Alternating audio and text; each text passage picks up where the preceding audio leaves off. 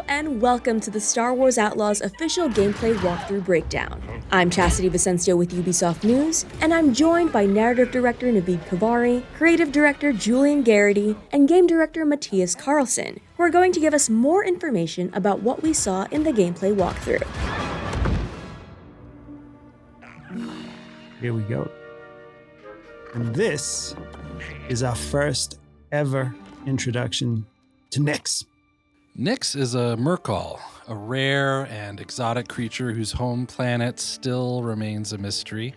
He's got a very curious personality, as you can see here. He can be a bit stubborn, but he has an incredibly strong bond with Kay and always follows her lead. She's grown up with Nyx for most of her life. He's not just a pet, he's family.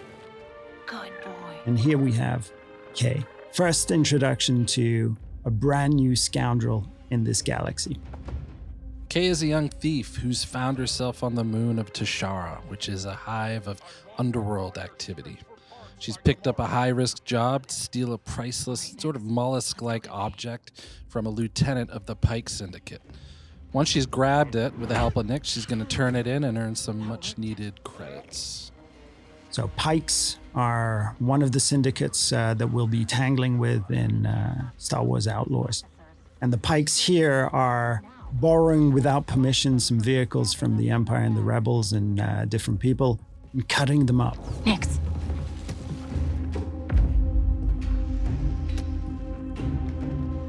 Hit that button. Nyx is more than just a lovable and fierce companion. Nyx is a whole bag of tricks in and of himself. You saw him push that button from a distance. He can distract guards. He can attack on command. He can help you with puzzles. He can help you discover secrets as well. He is very much conceived as a symbiotic part of the player's control over Kay and Nyx. So we're really thinking of them together as a whole. I was just leaving. So when we meet Kay in the beginning of the game, she knows her way around the blaster. It's not necessarily her first option or primary tool to solve a problem or a situation. However, as we progress through the game and its many ever more dangerous situations, both Kay and the blaster itself will evolve and improve. And you will soon find it to be a central and very versatile tool for more than just directly taking out enemies. Okay, we'll figure this out. And Kay's blaster is very meaningful to her. This blaster has a lot of modules that you can discover, upgrade, and apply to the blaster that allow you to deal with situations in radically different ways.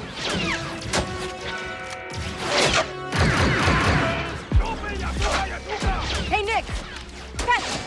So here I think we have a very good example of the type of role Nyx can play, even in something like a full-on firefight, where that enemy that we took out dropped the gun that he was just about to shoot you with. Nyx can, slink down and retrieve that weapon for you. Let's try this out.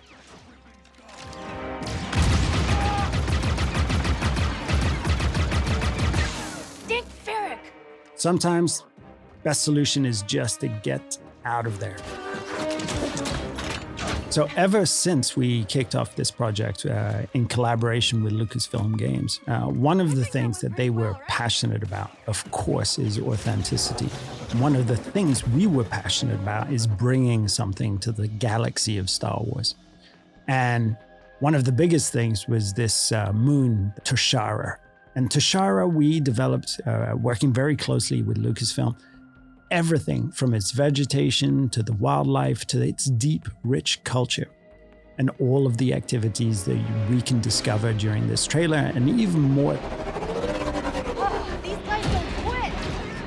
One of the key pillars for both Kay the character and for the core gameplay in general in Star Wars Outlaws is what we call a resourceful underdog.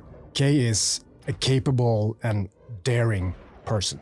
And we reflect that in gameplay with you having access to a wide range of actions and abilities, ever growing, of course, as you play through the game, ranging from stealth to full-on firefights. So as we saw here, shooting from, driving your speeder full speed ahead under fire from enemies, We said if we can make the player think like, oh, I can't believe I made it, when they just play through something, it's a success. Forgive me. Kay's reputation with the syndicates will play a big role in how she approaches her journey, whether it's the Pikes, Hutts, or others. We had a saying that in the underworld, you live and die by your reputation. As if a job she takes hurts a syndicate, those opportunities aren't available. So her choices play into how she experiences her journey. There's Jonta's Hope. This is Jonta's Hope. Jonta's Hope is one of the settlements that we have in the game. So this is a tiny outcrop, an oasis of civilization in these windswept plains. And it usually contains a drinking hole, a cantina, and these are hubs of activity too. So we very much enjoyed developing how it would look and feel and what sort of vibe that cantina would have. But this is just one of many settlements and cities that Kay will discover across the galaxy. And that includes the capital of Miragana, a city on Tashara filled with corruption and underworld activity. No. Okay. ND5 is a BX commando built by the Separatists and battle-hardened during the Clone Wars. Nowadays, though, he serves as kind of an enforcer droid in the underworld. He's partnered with Kay as they attempt to pull off a big, high-risk job. It's the opportunity of a lifetime. Not a friend. She can't be trusted. Who can out here? See you back at the ship. So various jobs and favors for the different characters and factions you encounter. They play an important role in everything from learning new things, actually unlocking equipment and abilities, to managing your precious reputation in the underworld, which is the key to some of the most lucrative opportunities out there. Important note though, something that's key to the fantasy of the free scoundrel lifestyle is that you're never in servitude of anyone. You're making your own choices, carving your own path through this world, making a name for yourself. Job was more complicated than you said, Danka. You lived.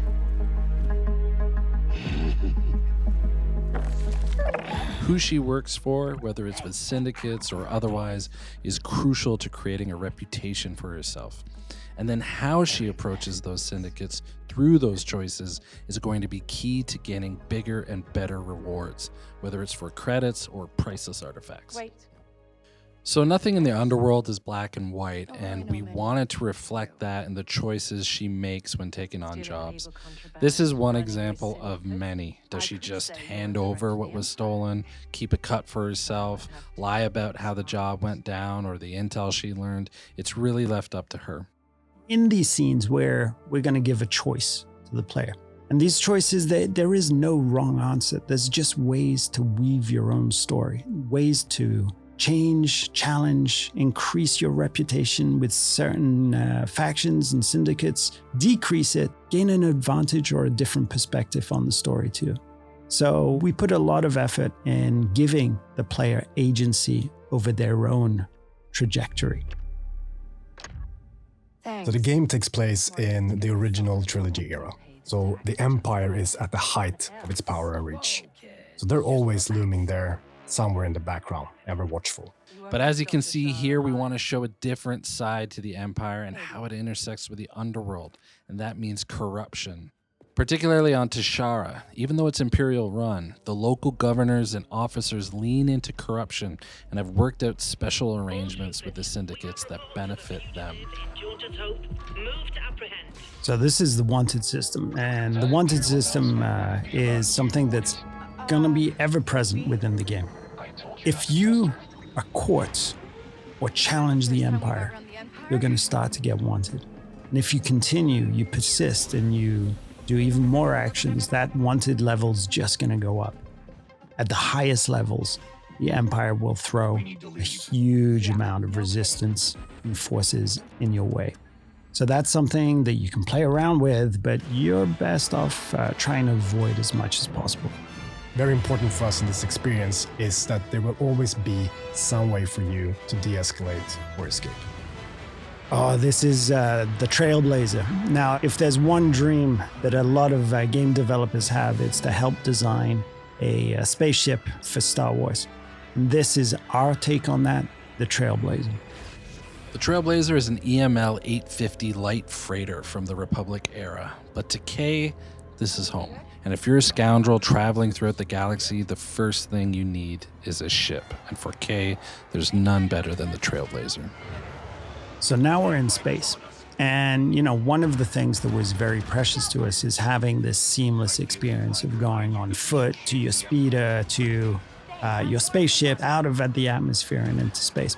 And space is a dangerous place, but it's a place full of opportunities too. So we'll be using it for combat, both on an intimate dogfighting level, an epic level with bigger ships, but also for discovery, exploration, and special surprises. Let's jump! It's important to hit those classic, iconic notes of Star Wars to remind players of the era that they're playing in, and the fact that the galaxy is something that is wide, diverse, but iconic at the same time.